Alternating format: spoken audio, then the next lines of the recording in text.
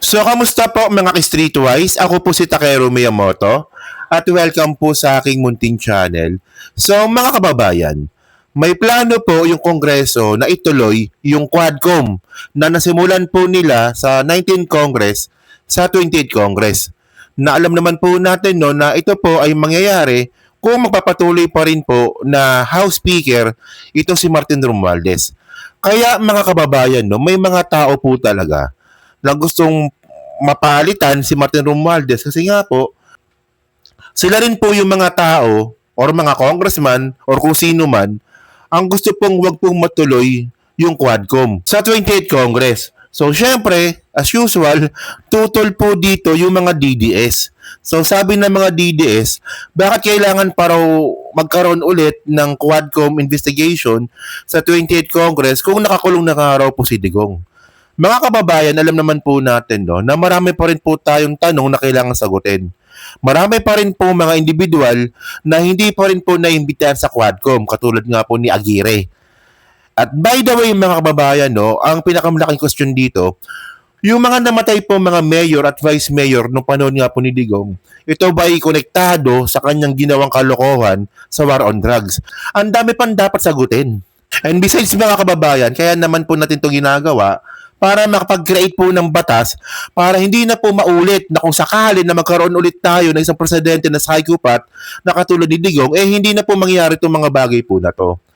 At syempre mga kababayan, no, wag po natin kakalimutan na yung Quadcom po na yan at yung mga pag-imbestiga nga po sa mga individual na bumaboy sa Pilipinas sa panahon ni Digong, eh ang credit po talaga dito yung 19th Congress sa pamumuno nga po ni Martin Romualdez. So tingnan nyo lang mga kababayan, no, kung hindi pa po nangyari yung Quadcom po na yan, malamang marami pa rin po mga Pilipino ang bilib na bilib kay Digong. At malamang hindi rin po ma-expose yung pangungurakot ng mga Duterte. At itong mga congressman sa 19th Congress mga kababayan, sila po yung mga malakas ang loob na hinarap yung mga makakapangyarihan tao nung panahon ni Digong para po magkaroon po tayo ng hustisya.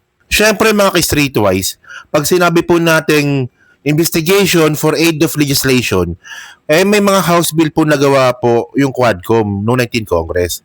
So ito, pakita ko sa inyo, no, ito po no, from website po ng House. So una dito, no, yung House Bill 10986, classifying EGK as heinous crime. So kailangan pala kamiyendahan po yung EGK. Kasi hindi pala siya heinous crime dati. O kita nyo mga kababayan, di ba? Ito po yung nangyari po na resulta in age of legislation dahil po sa Quadcom. Hindi lang yan, marami yan dito.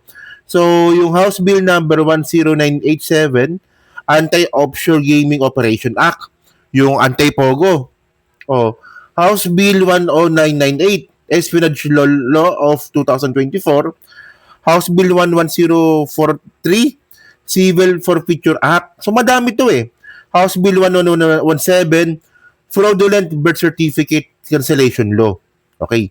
So yung kay Alice Guo nga, di ba? Kaya mga kababayan, no, medyo nabobobohan lang po talaga ako doon po sa sinabi po ng mga DDS, especially nga po ni Marcoleta, na bakit daw po nag-iimbestiga yung Quadcom, eh hindi naman daw ito korte. Sino ba may sabing korte yung yung House? No, kaya po nakakaroon po tayo ng investigation po sa House or sa Quadcom na magpapatuloy nga ito sa 28th Congress para po makapag-create po ng batas. Paka-basic naman nun. At bukod nga po sa Quadcom mga kababayan na nangyari nga po ng 28th Congress, alam din po natin no, na nagkaroon din po ng investigasyon yan nga rin po sa committee ni Joel Chua at saka sa TRICOM. Iba naman yung TRICOM, di ba? So sa TRICOM mga kababayan, dun po natin nabisto na talagang fake news peddler po talaga yung mga vlogger po ni Sara Duterte. O kaya nga ngayon, may kaso na naman po sila ngayon. So bakit yung kinokontent to mga kababayan? Kasi po, ang tandaan po natin no, na lahat po ng mga bagay po na yan ay nangyari po ng 19th Congress. At hindi po, ulitin ko lang para maliwanag no, at hindi po matutuloy po ulit yan.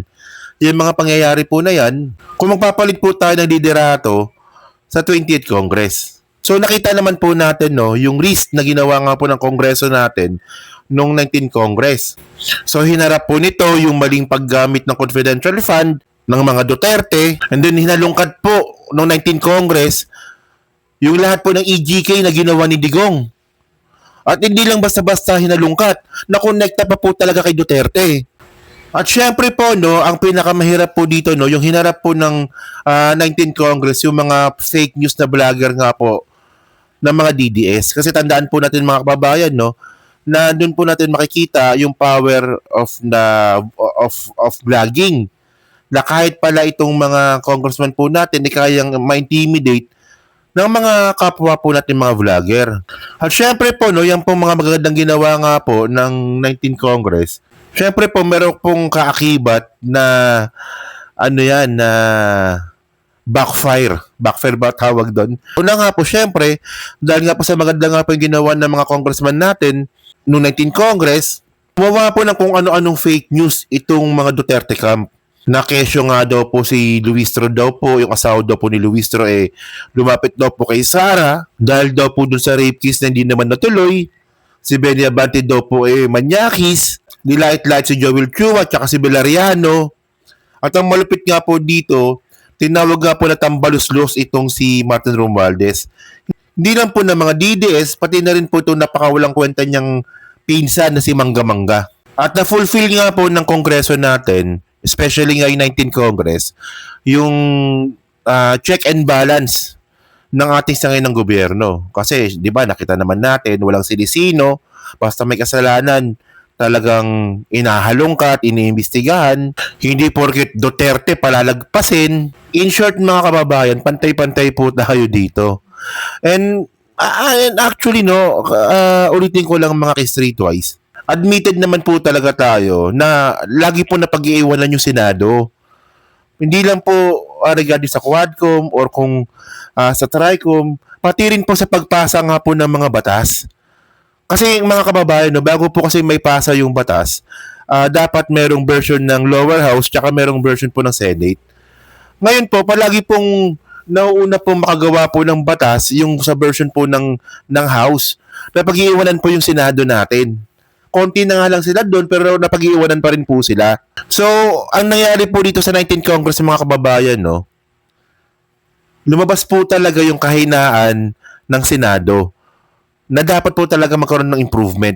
Hindi po lahat, ito po yung mga bagay, mga ka-streetwise, no, na sa tinagal-tagal po ng ganitong politika sa konstitusyon po natin from 1987, ngayon lang po kasi na-expose po ito sa history ng Pilipinas, kung ano man yung mga achievement na meron, yung 19 Congress natin. So, syempre, ang malaking tanong dito mga kababayan, no, sa kabila nga po ng mga achievement po na yan, papayag ba tayo na babalik pa rin tayo sa dati? Alam na nga po nating palpak yung nakasanayan natin. Alam naman natin na maraming pagkukulang sa nakaraan natin. Babalikan pa ba natin yun? Kaya ako mga ka-streetwise, no, ako naniniwala po talaga ako na kailangan mag-continue kung ano man yung mga nasimulan natin noong 19 Congress. Especially nga po sa Kongreso, sa House. Well, I could say na pwede naman na may mga bagay naman po talaga na hindi sumasang-ayon sa atin lahat. 'Di ba? Wala naman pong perpektong gobyerno at wala rin pong perpektong kongreso sa buong mundo. So, ang pinakamaganda pa dito mga kababayan, nung nasita nga po itong bycam natin, na parte rin po dito si Martin Romualdez, ano ginawa ni Martin Romualdez? O sige, di gawin natin public. Di ba? Ito yung iniiyak palagi ng mga bobong mga didis na hindi po nakakaintindi na tinago daw po yung pondo ng bycam. Oh well, sige, sabihin na nga natin na posibleng totoo nga yun. Kasi tayo naman, di naman tayo bulag. O para manahimik kayo, hindi namin kayo didemanda. Ang gagawin namin ng House, especially nga po ni Martin Romualdez, kami na lang mag-a-adjust. O kung nireklamo ninyo na may problema sa bycam deliberation, i-public natin. Sinabi ni Martin Romualdez yan. Ganyan po ang totoong leader po ng House. Diba kapag may reklamo ang mga tao, hindi mo pagagalitan. Pakikinggan mo. At pag pinakinggan mo, diba gagawa ka ng solusyon para pares po tayo, meron tayong win-win situation. Ayun po ang tawag dito. So ngayon mga ka-streetwise, bakit ko na naman content ito? Kasi nga po, alam naman po natin napapasok na po tayo sa nakapasok na nga tayo sa 28th Congress. At bago po magkaroon po ng SONA si PBBM, magkakaroon na naman po tayo ng eleksyon sa loob po ng legislative, House Speaker, tsaka Senate President. Okay? So, ang point natin dito, kayo po ba? Sa kabila nga po ng mga achievement na nangyari nga po noong 19th Congress, dyan po sa House, papayag pa ba tayo? Papayag pa ba tayo na magkaroon pa tayo ng papalitan? Napapalitan pa ba natin yung leadership kung anong meron tayo? Don't get merong mga streetways. Ako po, naniniwala po naman ako na minsan kailangan natin na pagbabago. Oh, hindi po tayo sarado sa pagbabago. Pero dapat po talaga yung pagbabago po na gusto natin for the better. Kung may mas magaling pa, kung may mas maganda pa, palitan natin. Okay yun. Okay talaga yun para sa akin. Oh, kung si Martin Romualdez, palpak. 'Di ba? Sila Dong Gonzales, walang silbi. Sige, kung hindi kayo kontento, sige, palitan. Pero syempre, hindi naman pwedeng papalitan nang walang papalit. So, sino yung papalit ninyo? Si Toby Chanco? Si Benitez? Si Duc Prasco? Si Gloria Macapagal Arroyo? Come on. Come on. Di ba? So, yan lang mga kababayan. No? So, napakontent lang po ako regarding sa topic po na to kasi nga po, medyo malapit-lapit na po kasi yung botohan. Medyo malapit-lapit na po kasi yung botohan ng 28th Congress regarding nga po sa leadership nga po ng both houses. Okay, ng both Senate. I mean, tama ba? Or both Congress. Okay. So, medyo exciting po para sa akin ito na kung sino ba yung magiging Senate President, kung sino ba yung magiging House Speaker, di ba? Kasi dito po nakasalalay yung susunod po na tatlong taon po natin. So yun mga ka-streetwise, no? Kayo po ba, no? Na-acknowledge nyo po ba yung mga achievement nga po ng 19th Congress po ng dyan po sa House? Na-acknowledge nyo ba? Nakita nyo ba? Naramdaman nyo ba? At kung naramdaman nyo naman, at obvious naman, naramdaman naman natin lahat yun, especially tungkol nga sa bigas, di ba? Alam naman po natin na yung pagbaba ng presyo ng bigas, malaki po talaga ang naging ambag po dyan ni Martin Romualdez. So kayo po ba, pahay po ba kayo na napalitan pa yung leadership na meron tayo sa House? Or kung gusto nyo palitan, sino ipapalit ninyo? Ayun ang gusto ko malaman po sa comment section. So, yun mga ka-streetways, no? So, pa-comment lang po sa baba at binabasa ko pong lahat yan.